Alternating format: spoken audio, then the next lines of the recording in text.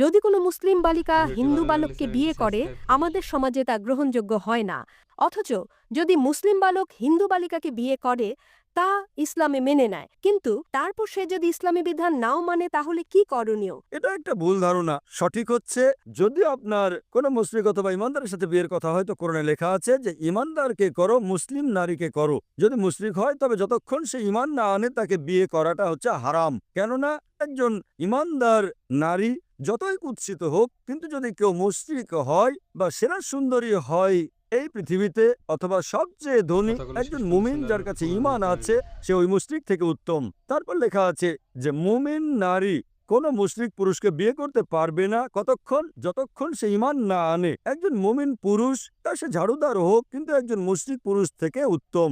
ইসলাম ধর্মে কোনো মুসলিম নারী বা পুরুষ কোনো মুশরিককে, কোনো অমুসলিমকে বিয়ে করতে পারবে না যতক্ষণ সে ঈমান না আনে। তো দুটো ক্ষেত্রেই একই ব্যাপার। কোনো মুসলিম ছেলে অথবা মেয়ে যখন তারা বিয়ে করবে, বিপরীত সাথীর অবশ্যই মুসলিম হতে হবে। তার কারণ এই যে, উদাহরণস্বরূপ যখন গাড়ি চলে, যদি গাড়ির একটা চাকা সাইকেলের হয় আর অন্য চাকাটা ট্রাকের হয় তো চলবেই না।